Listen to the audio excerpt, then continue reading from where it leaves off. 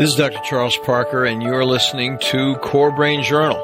It's a place where I connect both fresh discoveries and interesting different perspectives from advanced mind science with the realities of real people and everyday life down on Main Street.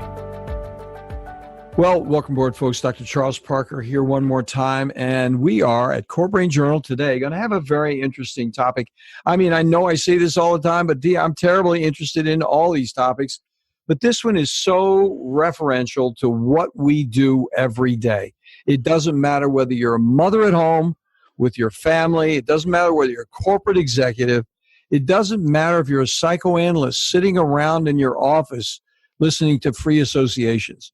Wherever you are in a team or you're not in a team. If you're not in a team, you are lonely and you need to give me a call and we'll set up a counseling session, okay? But if you accept the fact that you're on a team, then this is the guy that's going to talk to you. Jeffrey Davidson has been exploring the boundaries of world-class teams for over 20 years. We're going to talk about teams. Jeffrey, thanks for coming on. I really appreciate it. Chuck, I loved your introduction. And I love if you're not in a team, you're lonely and give you a call. I may be sending some people your way soon. A little side job was actually do psychiatry, right? So the issue for me in this whole thing is really getting an opportunity to speak to people like you and have it share with our audience. We got a very smart audience out there. If they're listening to neuroscience, they want to grow themselves, their families, their company, and that's what happens here. So let me just say a few words from our sponsor and we'll get going. So CoreBrain Journal is sponsored by Great Plains Laboratory. They are deep international biomedical testing leaders for improved, targeted mind science details. Here at CoreBrain Journal, we are into the details. As both laboratory and, get this, webinar global thought leaders, they provide the most comprehensive set of hard data measurement tools for real biomedical answers beyond maybes and guesswork. They also provide multiple training webinars underlined with exclamation points, training webinars for both the public and medical providers on how to use their data effectively. Check out their website for references. And here's a really cool thing that they're doing with us. We really appreciate them supporting our work here. They are offering our listeners every week, they have a new complimentary test drawing. There are 8 different tests that they have, from GPL tox, GPL mycotox for molds, organic acid tests, IgG food. There are really hundreds of dollars worth of testing. They're going to give a free one away every week. So what you do is you put in the drawing and we'll see what happens, whether you can get a free test. And that's what they're doing. So if you want to know where to go on that, that's Great Plains Laboratory, just phonetically, just the way it's spelled, the way it sounds. GreatPlainsLaboratory.com/CBJ for CoreBrain Journal, CBJ. So with that, let me introduce Jeffrey Davidson to you. Now, I said this to you already, folks. He's been exploring the boundaries of world-class teams for over 20 years.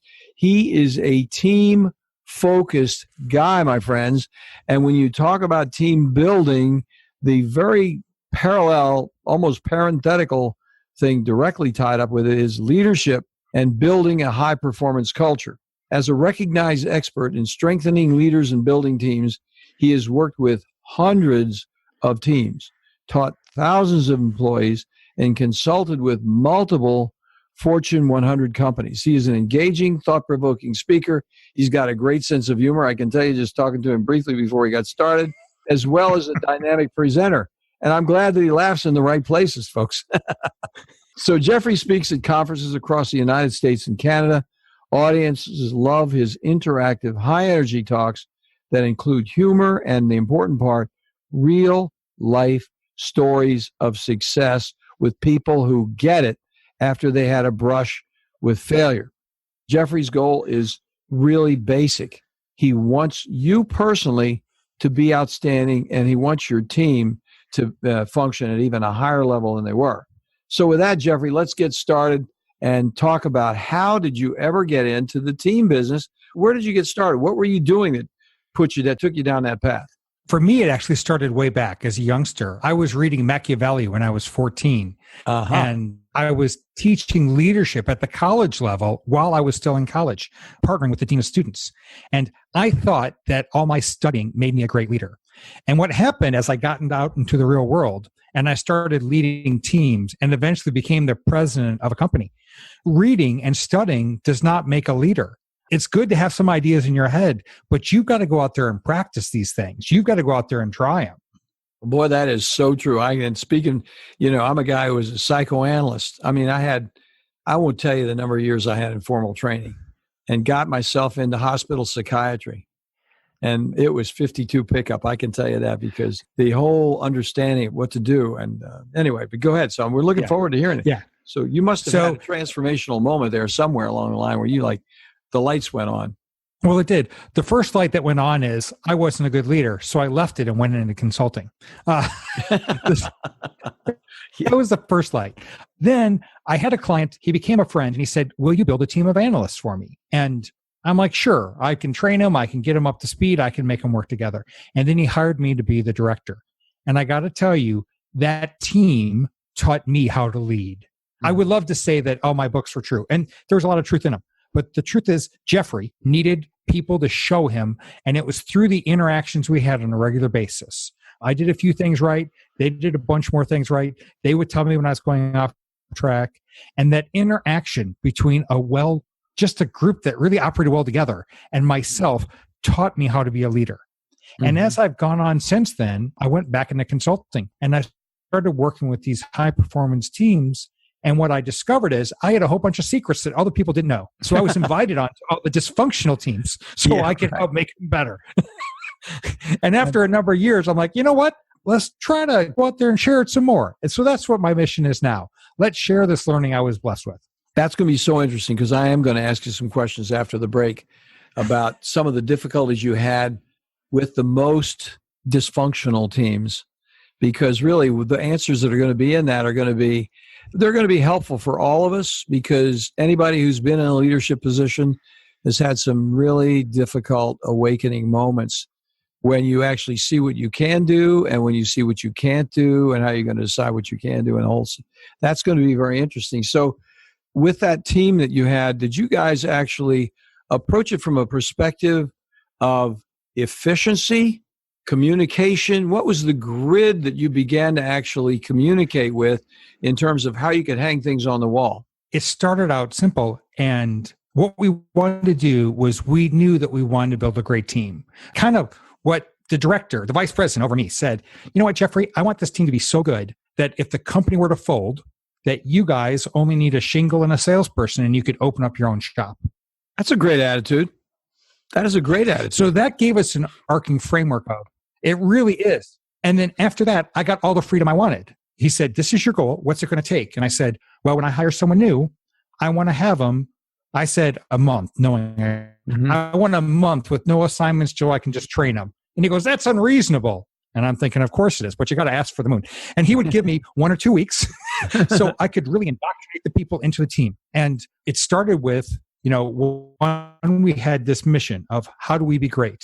How do we make a difference with the mission of the organization? And then it was find outstanding people. And there were times I would spend 40% of my work week trying to hire someone, and it still took me 3 months for a single hire because I wouldn't take second fiddle. If I'm going to have a great team, I got to have great people. After that, it was when they got on board, explaining to them both the mission and how they contributed. In other words, you've got to cast a vision for what the future looks like. And then you've got to tell people, here's how you fit into that vision. Here's how I want you to make a difference with us. So then there are two things here. One is, as I'm listening to you talk, I'm putting at once myself into both realities, both the reality of an employer and both the reality of an employee coming in, because both of them are shopping. Yes. And there's not one person shopping. Both people are shopping. And sometimes employees don't think they should be shopping, but they should doggone be shopping. I can tell you I've walked into so many situations where I didn't shop because I didn't know how to shop. My wife is great at shopping. Her mother taught her how to shop. But I'm telling you, and she knows how to shop, okay? I'm still learning, okay? But in terms of actually going into a situation, either whether it's an employee or an employer. I think there's some really important principles there that we're really looking for. I'm sure you've got them. I like to. Let's start with an employee coming in. How does an employee know what's going on? Okay. An employee wants to know why they're showing up. In other words, what is the big mission that we're trying to accomplish as an organization? We start off with that, because if you're not trying to make a difference in the world, then you're just there for the paycheck. You're just there for, to make your uncle happy because he gave you a job or whatever the thing is, but you're not going to be contributing everything. If you don't have that, the next morning, if you as a leader don't give that to your staff, the next morning they have the chance to hit the snooze button and to stay in bed or to get up excited. And there are some people who don't hit the snooze button, but they might as well have, because they're snoozing all the blank day. Pardon me for getting excited, but you're so right. What you're saying is, and what a lot of us see, is a person has to actually start from a position of a basic fundamental mission, philosophy. Where are we going from here? And so what happens is, if that person doesn't have a good mission, if that company doesn't have an acceptable mission, the whole system is lost. There's nothing to filter your decisions through, and you don't know if you're ever moving together in the right direction. You don't even know how to get together because you don't know where you're going. So that's really the first stuff, is set that meaning for the team. What meaning are you given for your folks? And it could be you're in a large organization and you have a little team. Your team needs to really understand its meaning. Because let's be honest, if you're a therapist, you have a different kind of service than if you're a janitor or if you're in accounting. Your team functions differently, but it's all important for the mission of the organization. So you need to be able to explain that for the team in relationship to the whole. Let's tease that apart a little more, because it's such an interesting, worthwhile point. I mean, that is really, really excellent. And some people I know have done that intuitively, and some people absolutely don't want to do it because as leaders, they would be threatened by somebody thinking deeply about the evolution of the entire group, when it's really me. I'm a narcissist and I need to move this thing forward. And I'm going to tell you what to do. And I really don't want any doggone feedback. We've seen that. I've lived in that situation, I can tell you. But the issue then is there's no team play anyway. What are we doing here? Is a question of, okay, I'm going to be in fact, I'm going to be a lapdog for the boss. Just give me a bone and I'll hang around. There's no doubt about it. There's times that you need strength when your boss asks you something to say. There's no one who can answer your question, but you can't find someone to lie to you. And plenty of bosses will take any answer, even a lie. And if that's your case, I don't mean to be a downer, but you're never going to achieve greatness in that place. Not for yourself, not with that organization, not with that team anyway. And you're going to have to find a new home to dedicate your talents to. We've got one life here. And I firmly believe that as individuals, we have so much to contribute. But if you're being held back, if you're not being told how to contribute, please do yourself a favor and find a way to contribute. Find a way to make things better. Even if your boss doesn't tell you. Even if your boss doesn't tell you.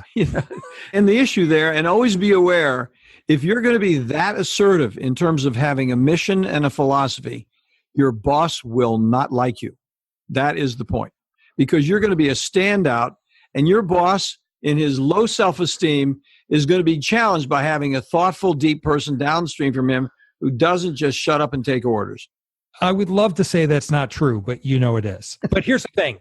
Good bosses, and there are good bosses, welcome that. Good leaders only want to hire that. So when we're talking about hiring team members, we want to find those people who have high self-esteem. Someone who's going to bring their opinion and their true self to work. Mm-hmm. Someone who can say, this is what I believe. I don't understand why we're doing it that way. Yeah. Part of the question, though, is an organization. It's my belief that when you've got a mass of people there and you bring someone new in, almost all of them are just going to fit in with the crowd. They're going to go with what the current flow is. Mm-hmm. And if the current flow is tell the boss whatever they want, they're just going to have to go with the flow. So what you need to do is be incredibly careful to hire people who are willing to be honest. Hire people who are willing to give a little bit more. Hire people who are willing to think, and then encourage that behavior until you've hired enough people and trained enough people and brought some of those old folks that are already there over to the new way of being a real contributor. You can do it, but don't think it's going to happen overnight. This is so doggone interesting. I mean, I'm talking to you here and I'm thinking about how absolutely essential this material is.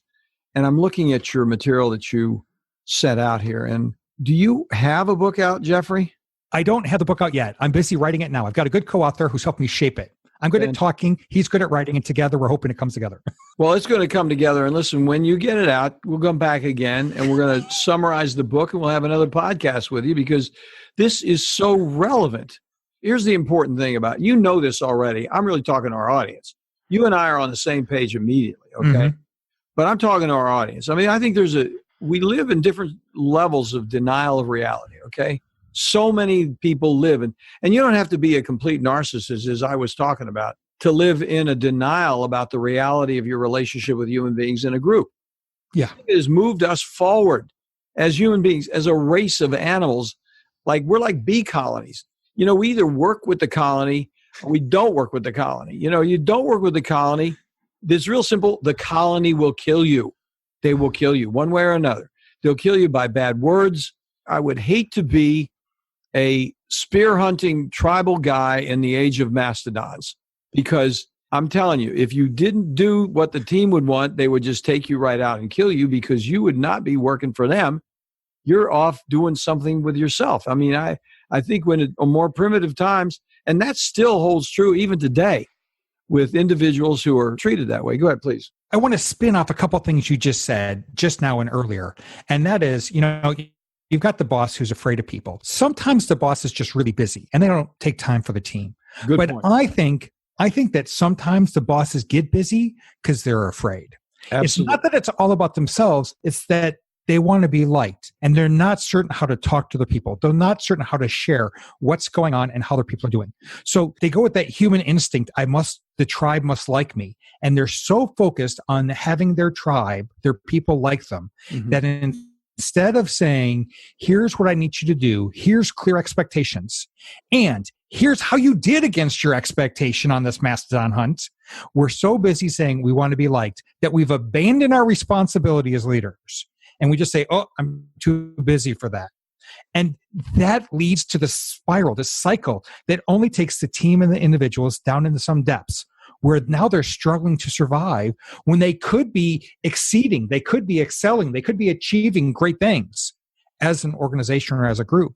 But they don't have clear expectations and they don't have a leader who says, here's how you're doing against expectations. And they haven't been taught, here's how we teach each other and build a learning organization. These things all fit together, but it takes a leader who's willing to say, I expect this, and here's how you're doing. And you can do that with kindness. You can do that politely. Yeah. If you are afraid that someone's not going to like you for telling them the truth, then you are doing everyone on the team, your bosses, your colleagues, your customers, a disservice. Well, and the wagon will roll over you, period. I mean, it is the nature of reality. If you keep trying to fake it in a team situation, human beings being what they are, it's transparent. The transparency will roll over you and the whole thing will turn to hell in a handbasket. Now, I want to bring one other thing up because while you're talking about these things so eloquently and so interestingly, what's occurring to me while we're talking about this is the whole issue of intimacy, because the way you're talking to your example that you're using is an individual who is willing to risk intimacy, to risk rejection, and to process the possibility of rejection or a difference of opinion. And there's a certain measure of intimacy that has to take place for those conversations to occur.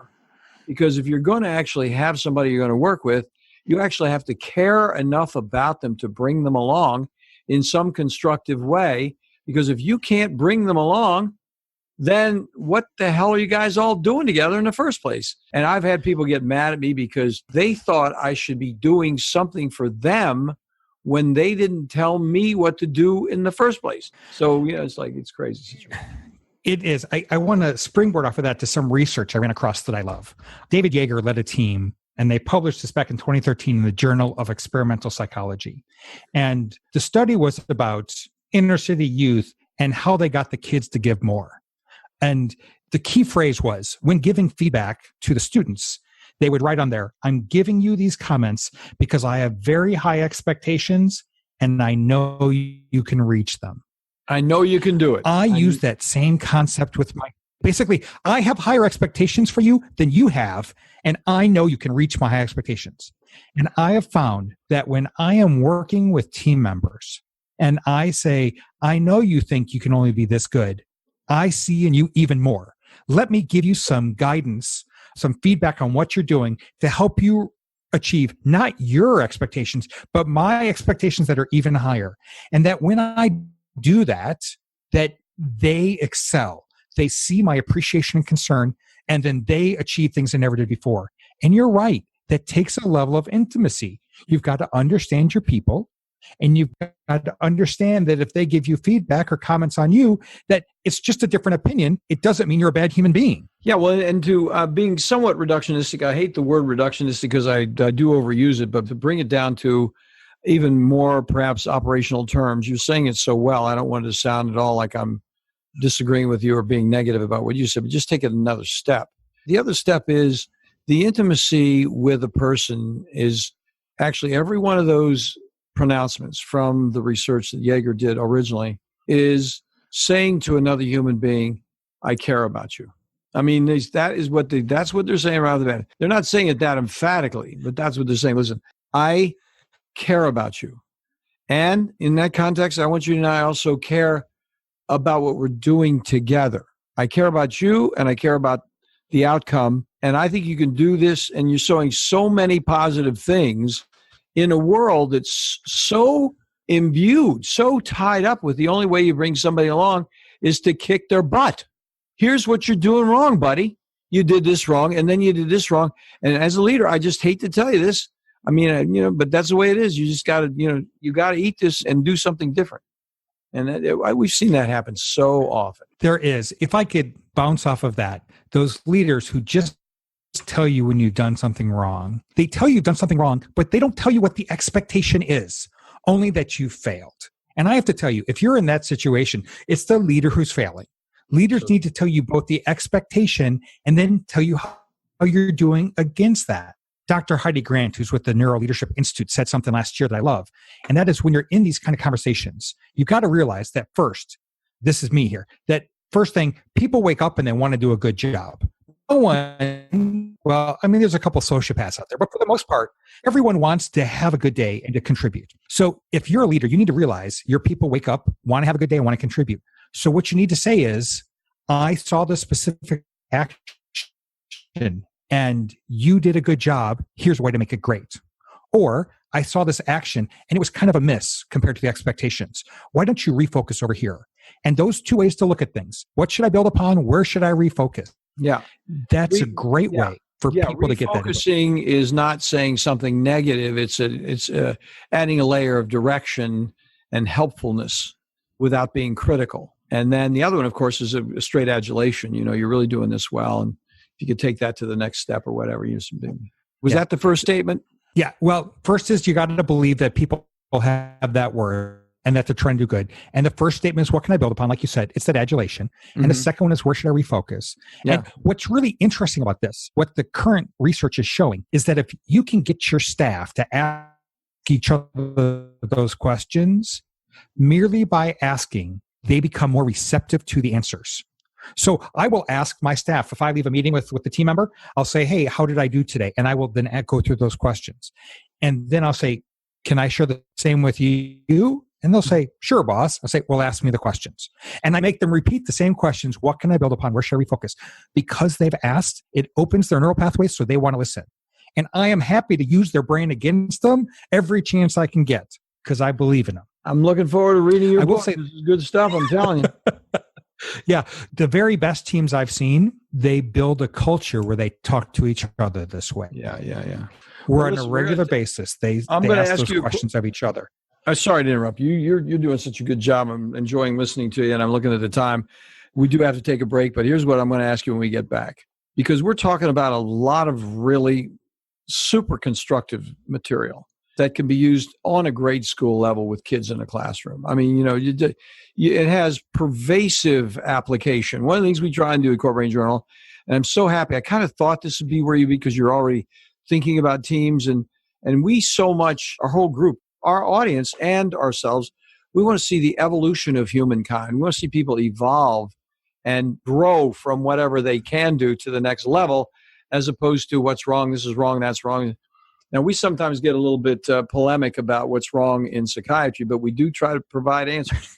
Look, hey, guys, if this data is here, let's just take a look at it. It's there and it's valid. Let's just take a look at it. But the thing I want to ask you, which is a little more on a personal note, we'll take a brief break. And the question really is, what you have experienced on a personal level were some of the most difficult, challenging, circumstances that were in fact transformational in your practice, that said, okay, I've got this guy here and I'm doing this and this is right, but no, hey, this is just not going to work. I've got to slice this pie differently. If anything comes together like that, I'll ask you about that. We'll just take a break right now. We'll come back in just a moment. Today, the world of mind science, psychiatry, and mental health is rapidly changing with innovative, comprehensive testing that takes both patients and practitioners into a new world of measured details with useful, understandable, and remarkably actionable plans. The key phrase here is cost-effective. Testing also introduces a key parallel word, predictability. Psychiatric treatment failure, especially after multiple medications and or brief hospitalizations, arises directly from the complexity of measurable brain-body imbalances and impediments that explicitly interfere with medical outcomes and create costly difficulties with inadequately informed supplement and medication trials over time. Great Plains provides a leadership team of biomedical experts with advanced laboratory insights, approved nationally both by the FDA and CLIA laboratory certifications, and is available internationally for both public and medical professions. Great Plains Laboratory is the primary laboratory we've used at CorePsych for years, with excellent customer service for both patients and medical colleagues. They are on the spot. They get it every time. In addition, they provide exemplary training modules, which are webinars and conferences, in an effort to broaden practice perspectives wherever you live. Do follow up on one of these complimentary test offers today at http://greatplainslaboratory.com/CBJ. Yeah, that's CoreBrain Journal CBJ. Well, thank you, Jeffrey Davidson, for coming in to talk to our audience and me today here, because a lot of what you're saying is affirming, but you're adding some really helpful, practical, useful, and extremely relevant ways to grow. I mean, it's just like, it's so commonsensical in one way, and yet so frequently avoided for all the reasons that we've been talking about. So, but Jeffrey, what I want to ask you about, we talked about briefly, is I think one of the things that's so important about conversations like this is, first of all, I respect you as a person. You're doing a heck of a good job talking to me. It's great talking to a guy like you. It's a privilege for me. But I want to also look at the next situation is, where was transformational for you? Because you're just like the rest of us. You hit some spots where, some a spot in the road. We probably have a few spots like I do, but a transformational spot where you said, okay, I'm going this way and I got to do it another way. And you had some edification, some transformational moment there. Could you share it? Do you have something like that comes to mind? Sure. There's a little example, then the real transformation. The little example is when I was in my teens and 20s, if I could get a job interview, I could get the job offer because I learned how to work the person on the other side of the desk.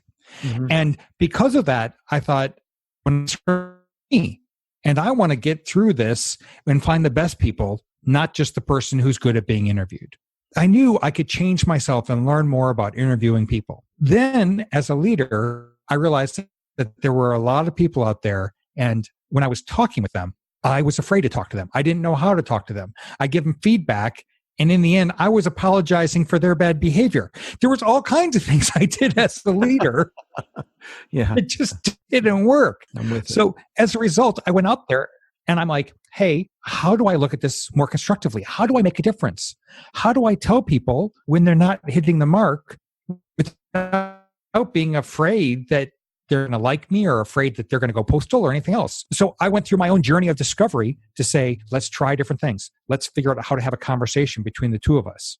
Mm-hmm. And that's where it really started, was me thinking I have failed and I've got to get better at this or I'm never going to hit my next level. And out of that, now you folks can't see this because we're not video recording, we're doing audio. So I get a chance to talk to Jeffrey, and we're just two guys talking to each other across the airwaves. I don't even know what town you're in, Jeffrey. Where are you located?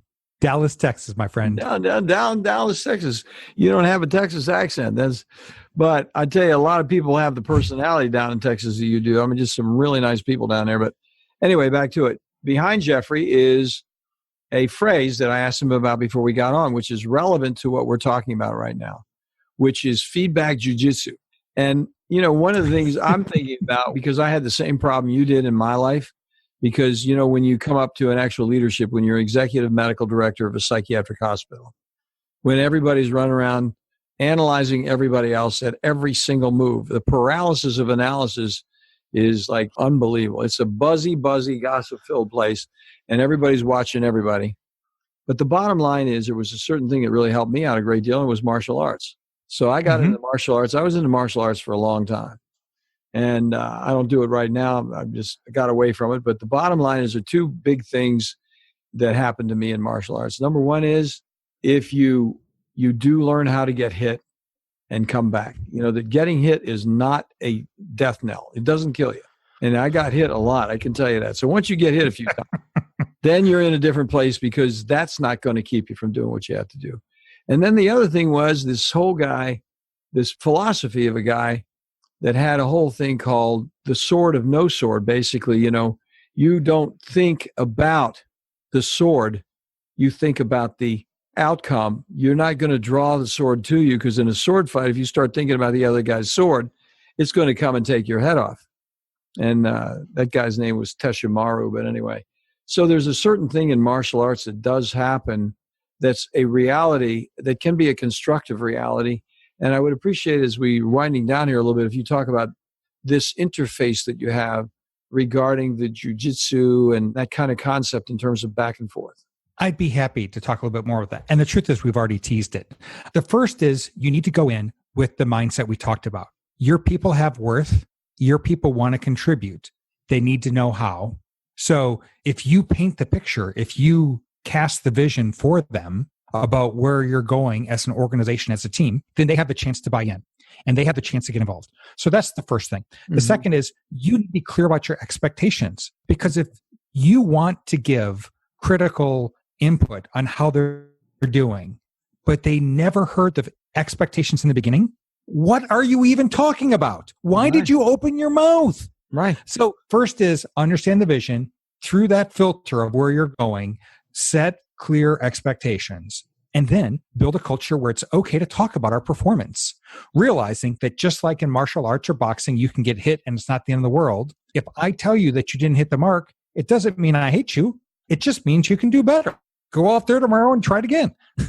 So building that culture is really important. From there, there's some specific moves that you need to make, though, in this feedback thing. First is timing. If they do something today, you can't throw a punch in a month. It doesn't make sense. They've already moved on. Yeah. Timing is critical. And Absolutely. basically, if you see something, say something, you're looking for same day. You might be able to get away with tomorrow, but next week doesn't exist. So it's too long. That's the first one. The next one is be specific. Talk about, in this context, you did this particular action, and here was the result. Is that what you were aiming for? Because I was hoping for a different result myself. Let's talk about where you were aiming. Let's talk about where I wanted you to aim. And now we can have a conversation about a particular context and a particular behavior. What kind of result are we going to get from different behaviors? And if you make it really concrete, you can have this conversation, by the way, in less than 2 minutes. You can say, hey, in the meeting today, when you said this and this and this, I saw 4 people in that room just light up with a smile. You need to keep talking that way. Good job. Yeah. And you walk on. That's critical information that they need to know so that they keep on doing the right stuff. That is so true. Well, it's just that too often we save all these things up, we forget the details, and we dump it on people in some review process. Oh, well, that's worthless. It's like getting a puppy who loves you. And when you walk in the door, they're so excited they pee on the floor. And 3 months later, you give the puppy a review. It's not going to do any good. Well, and I think the other thing, which I'm just saying this, you know this, I'm not saying this to you because you're You're very skillful at it. You got a great skill set beyond my skill set on this, and I appreciate listening to you. But the other thing I found out in my leadership role is the relevance of critical marks in private. What happens is so many say public praise. You just did it. You were an example of it right there. That's what made me think of it. Public praise, private criticism. So many people who are in leadership positions think, okay, now I'm just going to call you out right here in front of everybody. And that's going to be constructive. And it's going to keep me as a boss in some, and I've had very intelligent, good people completely freak out in public and completely innocuous situation when you're actually trying to help them out. It's amazing. And they then say whatever they're going to say, and that whole thing of what you just exemplified was really great because you said, look, here's something that was really done well. That was very excellent. And people really loved that. So that whole private public thing. Go ahead. Sorry. It is. And I agree with you. I think that as a leader, my thought is anything in public should be to build up or to train. Mm-hmm. And any corrective action, I want to take that to a hallway or to an office, someplace where other people aren't overhearing. Yeah. And here is something important. There are times that you want to give someone feedback and say, hey, can I give you some input?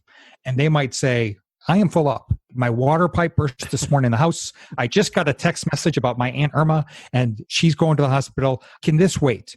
You can honor that request. Mm-hmm. One of the best ways to do that is to say, hey, I want to give you some feedback on this. Why don't you pick a time? And that way they know that you're going to do it. You're still in control. But you've given them some ownership and some agency about how they're going to receive it. So true. Excellent point. And then the other thing you could say, humorous guy that you are with a sparkle in your eye, you could say, well, all I want to do is just take a moment to compliment you on the way you handled that meeting today. And that's it. Yeah. That was an outstanding job. I can't believe how you handled, which was a very difficult thing because everybody was being negative, and you spun it in such a constructive way that everybody came out of there refreshed. I just want to thank you for doing such a good job. I love it. I once called someone to the hallway and said, hey, can I give you some feedback? And that word is so loaded. Yeah, we go into the hallway, we find some chairs, we spend 5 minutes out there, and he goes, wait a minute, Jeffrey. Are you telling me all positive things? Can you start over? I wasn't listening. I couldn't hear anything you said. He was so sure it was negative.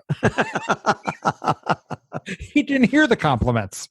Well, this is what happened to me. You'll get a kick out of this.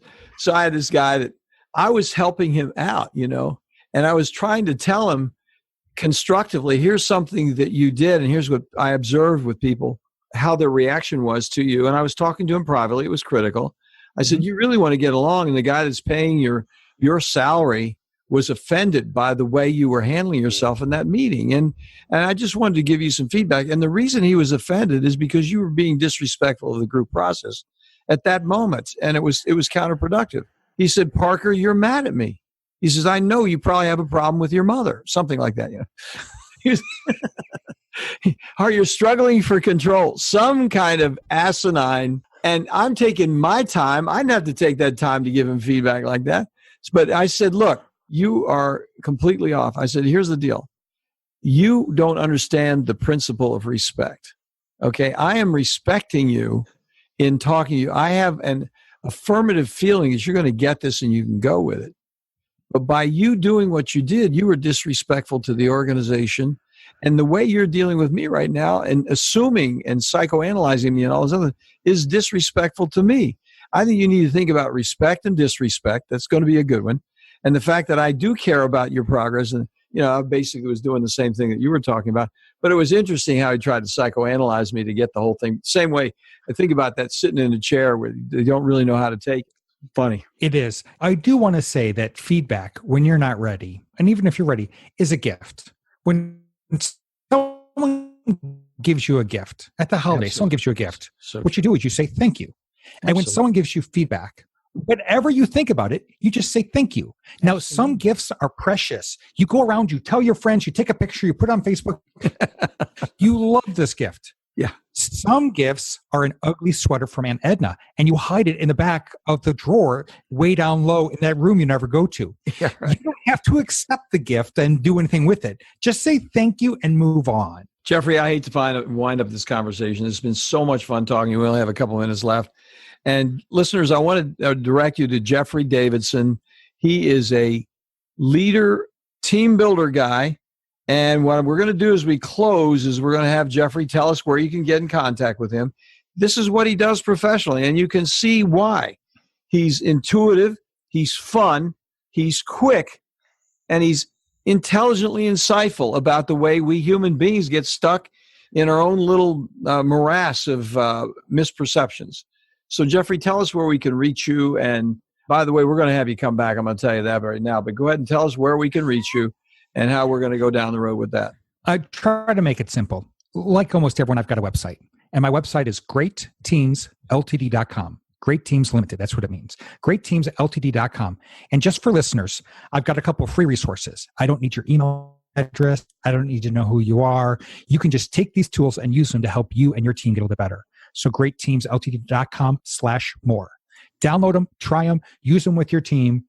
And if you want to contact me, my email's on there, my phone number's on there, my Twitter handle's on there. Reach on out. I'd love to talk with you. But even if you don't want to talk, go out there, take these resources, and start working to make your teams great, because you can accomplish more when your team is working together.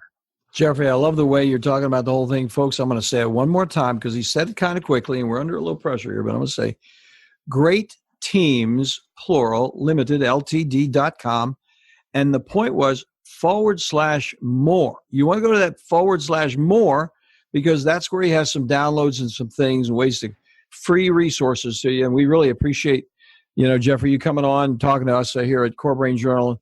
And we'll talk after we hang up here, but we do need to have you back. This is very good information, very helpful, and we really appreciate you taking the time. So you have a good one, Jeffrey. Chuck, it's been a delight. Thank you so much. Thank you. Thanks for listening to CoreBrain Journal. We're working every day behind the scenes to bring you reports that connect research benches with those street trenches. Here we share the complexity of mind science because, as you know, details really do matter. One of the most pervasive, misunderstood challenges is how commonplace medications, like those written for ADHD, are used so regularly without clear guidelines.